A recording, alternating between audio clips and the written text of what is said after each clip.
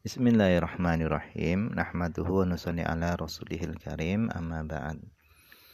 Allah, pada kesempatan ini kita akan membaca kitab Nihayatuz Zain, fasal tentang sholat sunnah.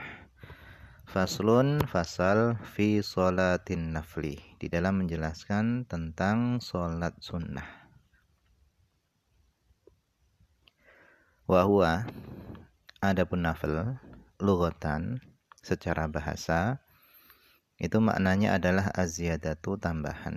Jadi naflun secara bahasa itu maknanya adalah tambahan.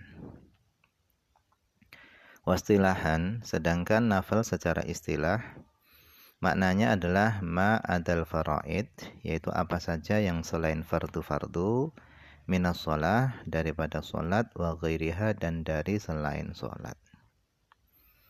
Wahua, adapun nafil itu adalah ma talabahu syari'u, yaitu sesuatu yang dianjurkan oleh syariat.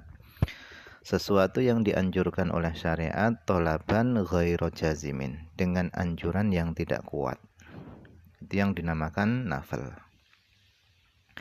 Wa yu'abbaru anhu, dan diungkapkan anhu daripada nafil itu bisunnati, dengan sunnah, wal mandubi, dan dengan mandub, wal hasani, wal muraghab fih, wal mustahab, wat tatawwu, wal ihsan. Jadi nafil itu juga diungkapkan dengan sunnah, dengan mandub, dengan hasan, wal muraghab fih, wal mustahab, wat tatawwu, wal ihsan. Nah, ini semua semakna dengan nafil. Wal aula, dan yang lebih utama itu bifi'lihi, dengan melakukan nafil, min tarkihi, daripada meninggalkan ibadah nafil.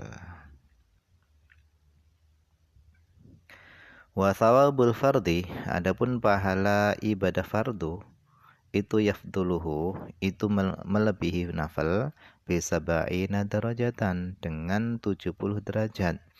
Jadi pahala ibadah fardu itu melampaui ibadah nafil dengan 70 derajat.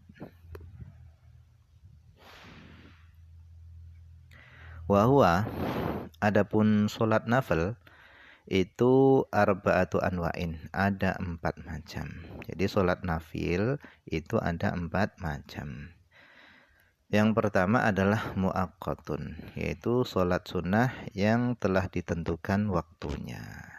Jadi waktunya tadi itu sudah ditentukan.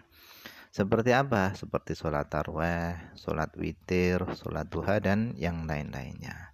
Nah, sholat-sholat sunnah ini adalah sholat-sholat sunnah yang telah ditentukan waktunya. Kemudian yang kedua adalah wadhu sababin mutaqaddim, dan sholat yang memiliki sebab yang mendahului. Seperti apa? Seperti sholat tahiyatul masjid, sholat sholat sunnah wudu, dan yang lainnya. Jadi adanya sholat tahiyatul masjid itu adalah kita masuk masjid dulu.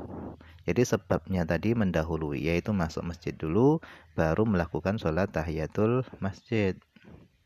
Sebabnya ada dahulu baru terjadi sholat. Kemudian sholat sunnah wudu, itu sebabnya dahulu, yaitu kita berwudu dulu baru ada anjuran sholat sunnah wudu. Jadi sebabnya tadi itu mendahului daripada sholatnya. Ada sebab dulu baru ada sholat tersebut. Jadi yang kedua adalah sholat sunnah yang memiliki sebab yang mendahului. Ada sebabnya dulu baru ada sholat sunnahnya. Kemudian yang ketiga adalah wadhu sababin mutaakhirin, yaitu sholat sunnah yang memiliki sebab yang terakhir. Seperti apa? Seperti sholat istikharah.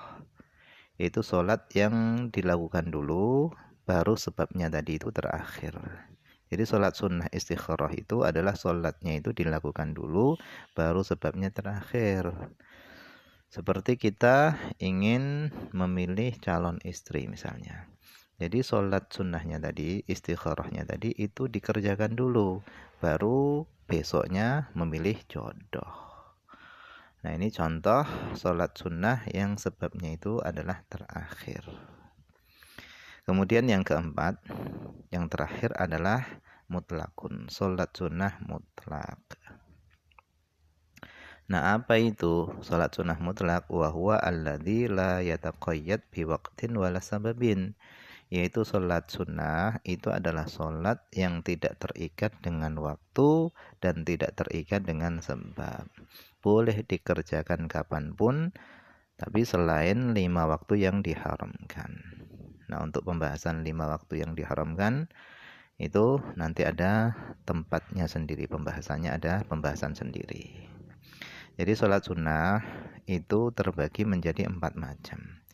Yang pertama, sholat yang memiliki waktu, yang sudah sholat sunnah yang sudah ditentukan waktunya. Kemudian yang kedua adalah sholat sunnah yang sebabnya itu mendahului. Kemudian yang ketiga, sholat yang memiliki sebab, tapi sebabnya tadi itu terakhir. Kemudian yang terakhir, yang nomor 4 adalah sholat sunnah mutlak.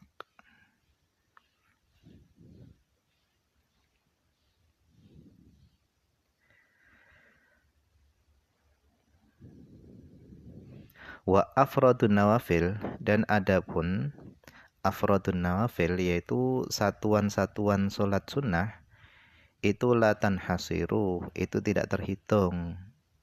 Jadi kalau ingin menghitung sholat sunnah satu persatu itu banyak sekali, nggak terhitung.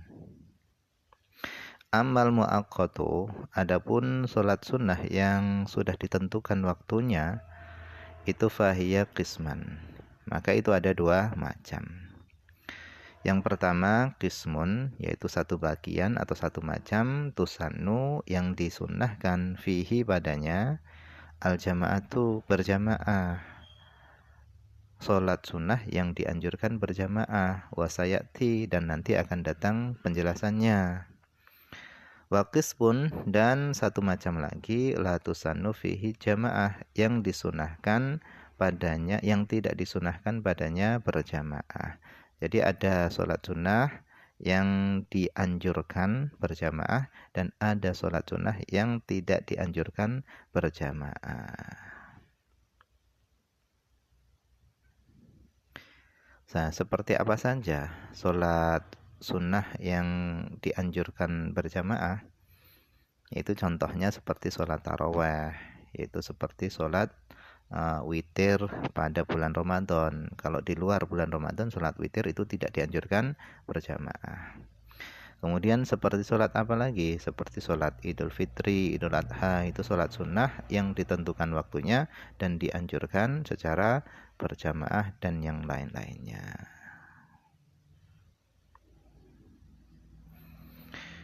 Kemudian sholat sunnah yang tidak dianjurkan berjamaah, yang sudah ditentukan waktunya tapi tidak dianjurkan berjamaah, itu seperti sholat apa? Yaitu seperti sholat duha.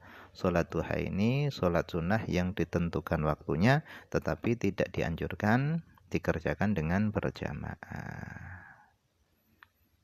Jadi ada yang dianjurkan berjamaah, ada yang tidak dianjurkan berjamaah. Fahiyah, adapun berjamaah, fihi pada sholat sunnah yang tidak dianjurkan berjamaah, itu hukumnya adalah khilaful aula, menyelisihi yang lebih utama. Jadi kalau sholat sunnah yang tidak dianjurkan berjamaah, kok dilakukan secara berjamaah, itu hukumnya adalah khilaful aula, menyelisihi yang lebih utama. Wa in hasolah thawabuha alal mu'tamad, meskipun hasil pahala jamaah alal mu'tamad menurut pendapat yang mu'tamad. Kama naqalahu al-Wana'iyu anil Ibni Qasim, sebagaimana yang telah dinukil dari oleh Imam Al-Wana'i an Ibni Qasim daripada Ibnu Qasim. Jadi meskipun hukum berjamaah tadi, sholat sunnah yang tidak dianjurkan berjamaah kok dikerjakan dengan berjamaah, hukumnya tadi itu adalah khilaful aula, tetapi sholat tersebut itu tetap mendapatkan pahala berjamaah.